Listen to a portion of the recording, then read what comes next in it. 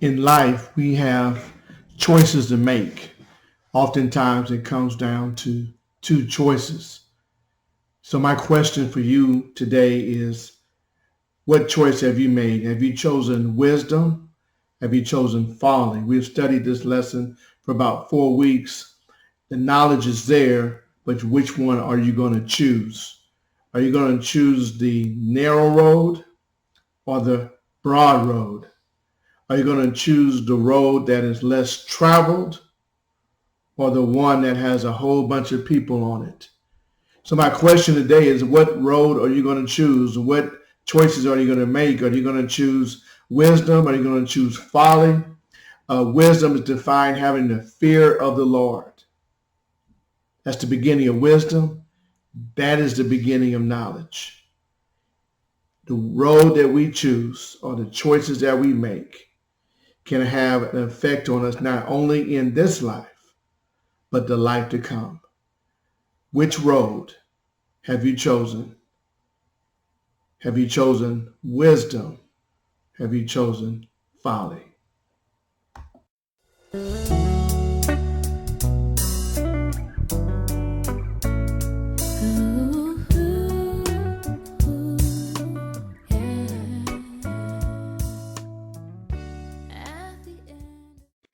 Hello and welcome. I'm Reverend Dr. John W. Wilson III, and I'm bringing you the Sunday School lesson for Sunday, June 28th.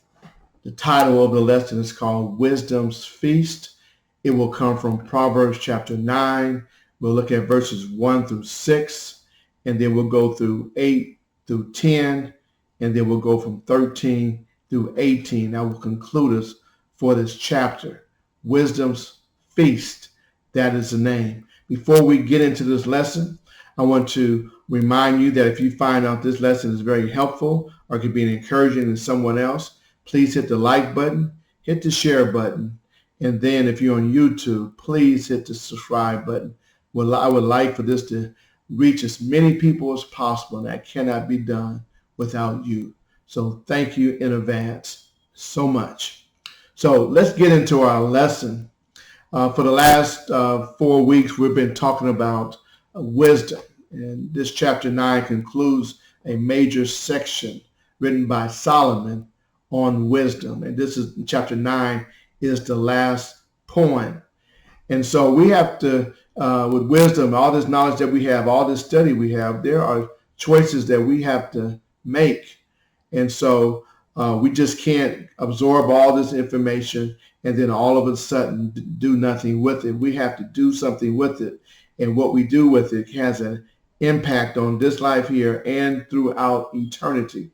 How do I define wisdom? I define wisdom as simply the fear of God. The Bible says in our passage today, it says two things. The beginning of knowledge is the fear of God. The beginning of wisdom is the fear of God. Proverbs uses knowledge and wisdom as interchangeably.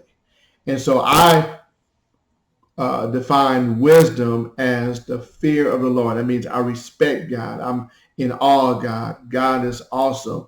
I have a certain fear and tremble about God because of who he is and what he can do. So I have a respect for God and reverence for God.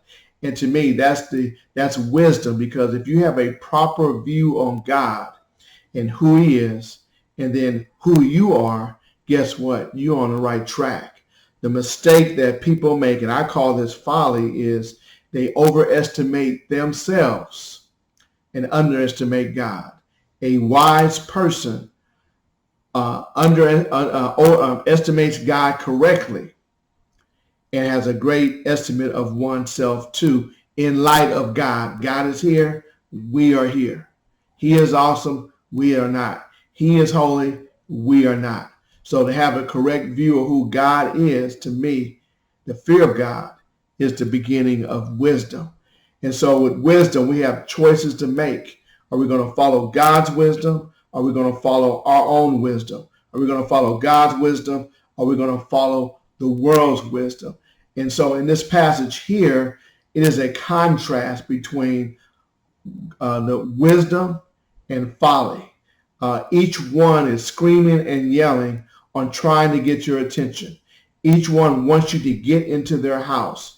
Each one has a feast prepared for you. Each one has a destiny prepared for you. And sometimes we'll find it here is that folly parades itself or herself as wisdom. And if we're not careful, we can be seduced and tricked into thinking what is folly, what is wisdom. We may exchange, we think wisdom is folly. And when we get into it, we make a lot of mistakes and we find out that we have been deceived and we're going down the wrong road. So let's get into our lesson here. It says, wisdom has built her house. Wisdom has built her house. Wisdom has built her house from the ground up with her own hands. When you come into her house, or the house that she has is custom made. There's no other house like it. Wisdom has built this house. She has put this in it and that in it, this in it, this in it, just for you and for me. And the question is, here it says she has built this house with 7 pillars, meaning that the 7 represents completion and it represents perfection. When you come into wisdom's house, it is a perfect house. It is a complete house. It needs nothing else. It is fully furnished, fully ordained. It is, in other words, in reality, it is full of all the wisdom that you need, lacking nothing. So here, she built this house, and she builds this house because she is preparing a feast. She is preparing a feast for those who are looking for wisdom. She is preparing a feast, as we'll find out, for those who are simple, those who are immature and inexperienced. And so it says here in verse 2, she has slaughtered her beasts, meaning she has slaughtered animals, not for sacrifice, but for us to eat with and us to dine on. And you have to remember, back in these days, to dine on meat was a rarity. Here, where we live now, is ample, but in those times, if you had meat, it was something special. So she has made this feast very special by killing the animals, slaughtering them, and preparing them for us. And it says she has mixed her wine, meaning that she is bringing out the wine. That means that it's a special occasion, meaning that it's a formal occasion. And then she has also set her table. She has done all of this for us. She has the choice meat. She has the best of wine. She has the table set just for me and for you so that we can feast on what she has to offer. And what she has to offer is wisdom. What we need most is wisdom. And so she's making everything perfectly set up and complete for us. That's amazing. And then not only she's done that, she wants to get our attention that way, or bring us in that way, or entice us that way. She has sent out her young women to call from the highest places in town. She has sent out her women, her young girls, to go and call. Call means to invite. Go on the highest places in town, the mountains, the tallest buildings, or whatever it may be, and yell out and invite all those who are simple, all those who are immature, all those who are inexperienced, all those who are seeking wisdom to come to this feast at her house that's made especially for you. And look what she's inviting. Whoever is simple. I said that means immature, inexperienced, kind of naive a little bit. Let him turn in here. That's who she's trying to reach. She's trying to reach the simple people. To him who lacks sense, and she says, those who don't know which way to go, those who are a little bit confused in life, those who are looking for the right answers. She says, whoever is simple, let him turn here. To him who lacks sense, she says, come and eat of my bread. She has bread. And drink of my wine that I have mixed. Eat of my wisdom. Drink of my wisdom. Take part in what I prepared for you, and you will not be simple anymore. Take what I prepared for you, and you will not lack sense anymore. Eat of my bread. My bread is good for you. My bread is wisdom. My wine that I've mixed is perfect for you. Look what it says. Number 6, leave your simple ways and live. Meaning that stop doing what you're doing, and now it's time to live. The way you live is with wisdom. But you have to turn away your simple ways. All that childish stuff you've done in the past, all that running around that you've done in the past, all that confusion that you've had in the past, all that not knowing in the past, not using good judgment, all of those things, leave those things behind. Take hold to wisdom, the bread and the wine, and live. And with the wisdom says living is walking in the way of insight, understanding the deeper things of life, understanding what really matters in life. Does money really matter in life? It's important, but does it really matter in life? No, not really. Having the biggest house, is that nice to have? Yes, it is. But does that really matter in life? Having a fancy car, is that important in life? It's nice to have, but that's not really what life is all about. And wisdom says, I can show you and tell you what life is really about. Life is really about is having the fear of the Lord, having a relationship with Jesus Christ, following his ways and not your ways, being obedient to him and putting your faith in him. That's what wisdom is.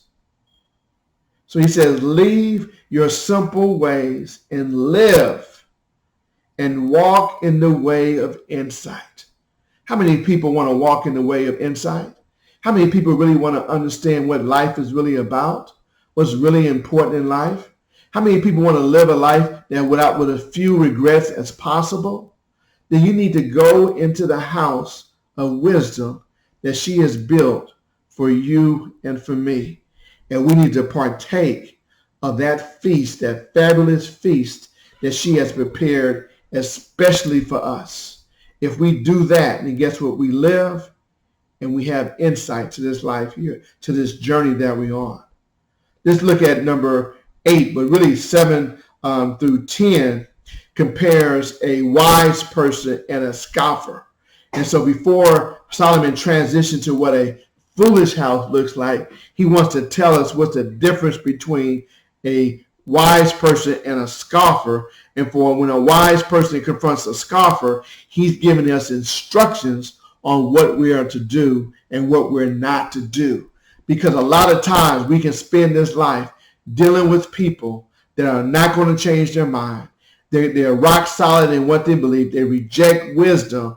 And after a few times, what Solomon is recommending, like Jesus said also, we need to kick the dust off our feet and move on because we're wasting time. Go to people who really want to be wise. Those who don't want to be wise, let them be unwise. So look here. I'll go with 7. With 90 years scripture, but I'll say it. Whoever corrects a scoffer gets abuse himself. A scoffer is somebody who mocks, someone who's arrogant, set in their ways. So if you spend too much time with a scoffer, an arrogant person who is unwise and likes being that way, you will get abused either verbally, physically, or any other kind of way. It will not be a good happening for you, a good ending for you. And he reproves a wicked man, incurs injury. Who corrects a wicked man incurs injury. Some people, when you try to correct them, they lash back at you as if you're the enemy. And we're not careful. We spend too much time with wicked people trying to correct them, trying to correct our boyfriend, trying to even maybe correct our spouse, trying to correct our best friend when they are set in their wicked ways, and all of a sudden it becomes injurious to you.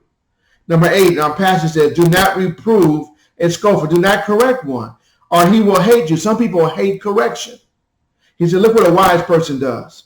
He says, reprove a wise person, he will love you. A wise person wants to get wiser. A wise person understands he doesn't know anything or she doesn't know everything. They have shortcomings. But a wise person is always striving to do better, always striving to improve upon oneself, always trying to be more like Christ. And so when correction comes his or her way, guess what? They're not like the wicked man or the scoffer who totally rejected and lashed back at you. They receive it and they become wiser for it. How many people want to be wise? If you want to be wise, accept correction or reproof from a wise person. Not anybody, but from a wise person. Number 9 says, give instruction to a wise man, for he will still be wiser. Spend your time teaching a wise person because they'll become wiser. They'll learn. They'll digest what you say. They will hear what you say. They'll do what you say. Teach a righteous man, and he will increase in his learning. A wise person wants to learn more and more and more. Grow and grow and grow. Know God more and more and more. That's a wise person. They want to become wiser. Not just to become wiser because it is the right thing to do. It is practical. The more I become wiser, the more I know about God. The more I know what he wants me to do. The more I can make the better decision that please him. The less I want to become wise, then I become the problem. I want to do what I want to do. A wise person doesn't get into a tug of war on who he's going to serve. His or her mind is made up that I'm going to serve the Lord. And my wisdom is rooted in the fear of the Lord. And part of the fear of the Lord is that I love you so much, God. I respect you so much. I want to learn as much about you as I can. Number 10 says this. The fear of the Lord is the beginning of wisdom. Look, the fear of the Lord. The first thing you can do, fear God. And then you know you're on the right track. You don't fear God, then you know you're not on the right track. Luke 18 talks about a judge who did not fear God. And the way that parable or Jesus describes him, he's mean, he's callous, he's self-centered, does what he wants to do, doesn't care about anybody but himself.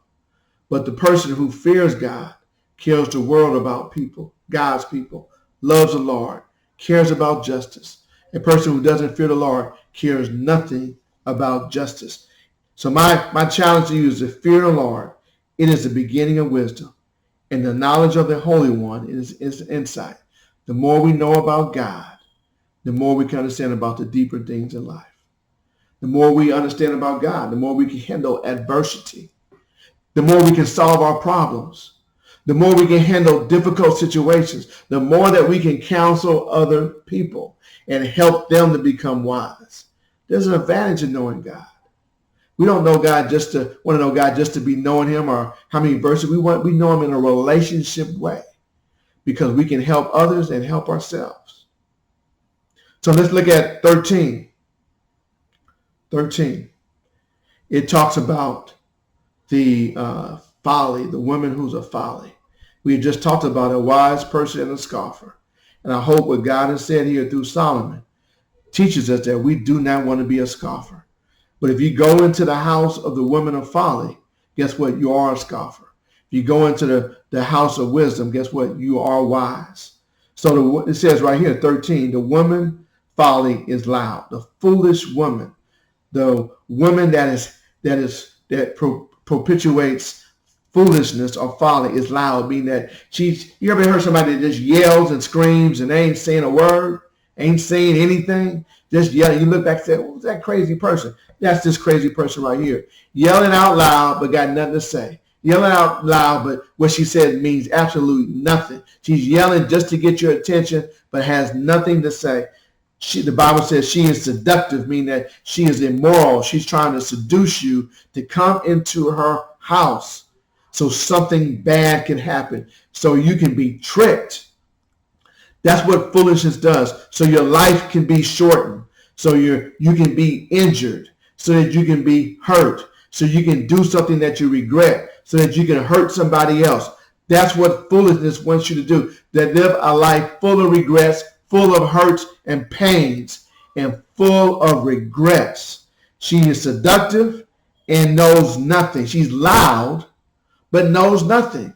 Meaning that she has no wisdom. She has no knowledge. She knows nothing. She's but a bunch of hot air. She's just spouting out words that may sound good, but they mean nothing. Empty rhetoric. That's who she is. She has no wisdom, but she's loud. She's just trying to get your attention. And look here. She sits at the door of her house. She's not in her house, but she sits at the door. She didn't build this house. She got this house from somebody else. Sitting at the door. When somebody sits at the door waiting for people to come in, your radar should be going off because, Man, why is she sitting at the door trying to pull me in? That's like what a harlot does, pulling me into our house, trying to get me into trouble. That's what it sounds like here. She's seductive. She's immoral. She's sitting at the door. She's trying to seduce you into some kind of immoral activity, because that's what our house is all about. So she sits at the door, waving people down, trying to invite them in.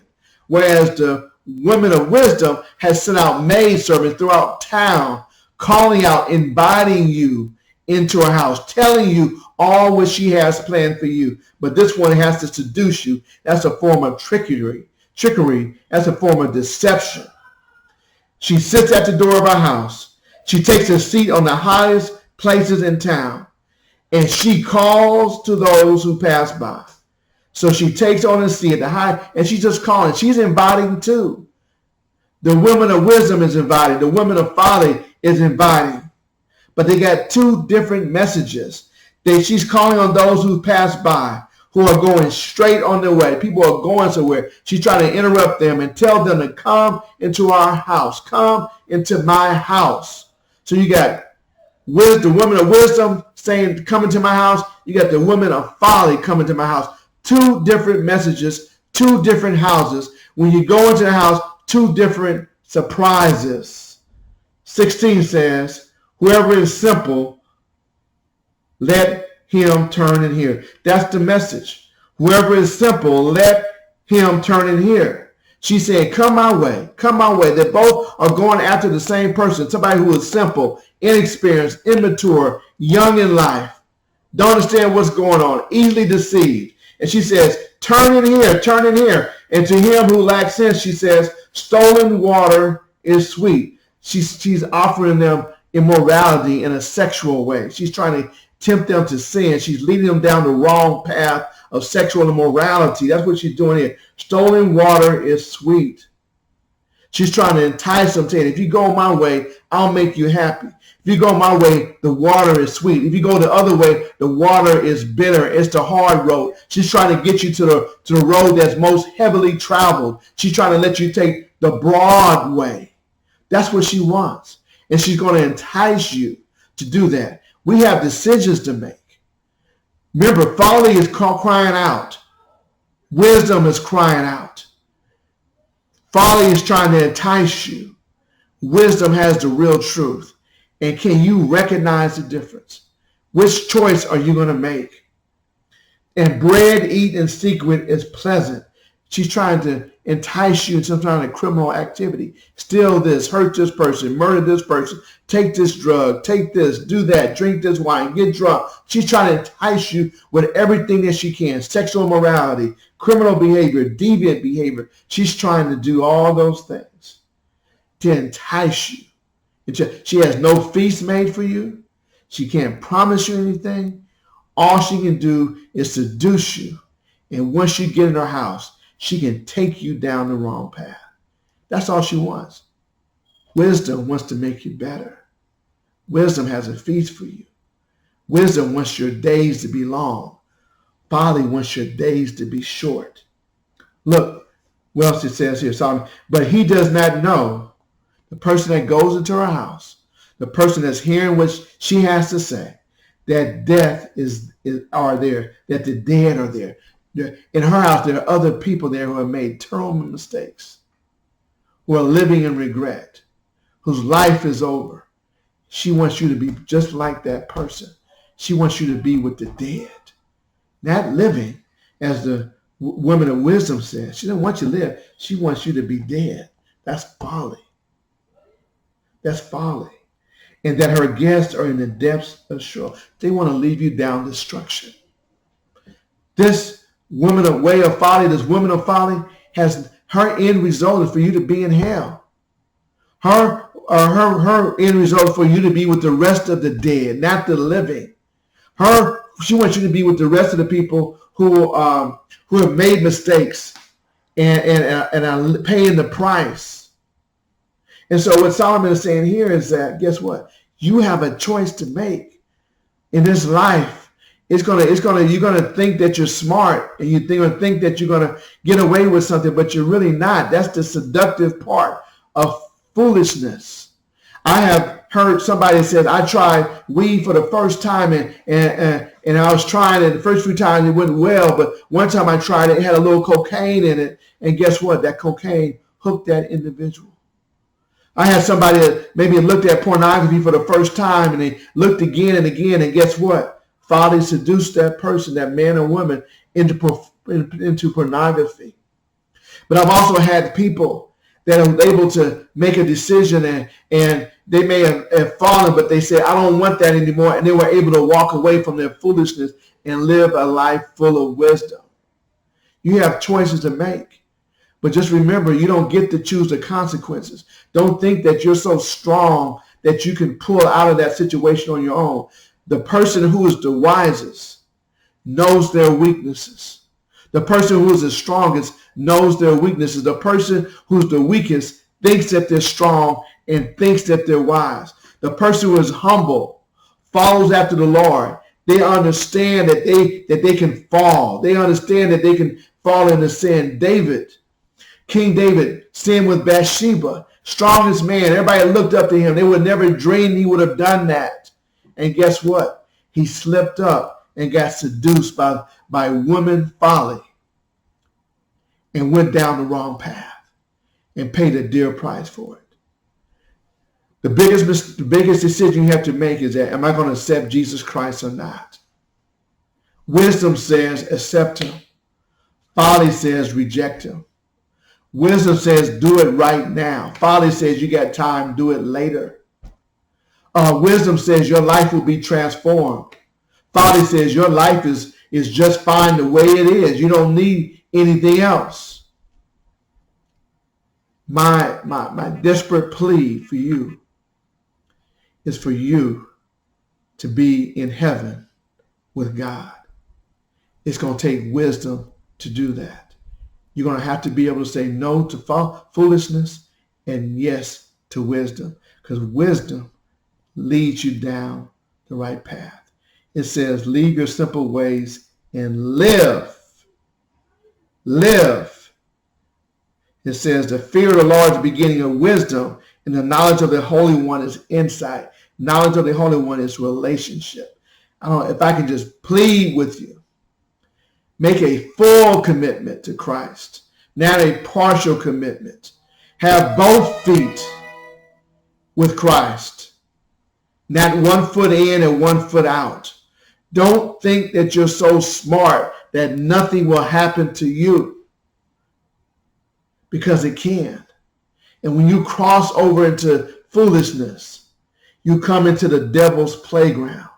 And if God doesn't bail you out, you are in a world of trouble. Thank you for watching this lesson. I've enjoyed teaching it. I hope it's been a blessing to you. May God bless you. And guess what? I'll see you next Sunday. Love you much. Have a great, great Sunday.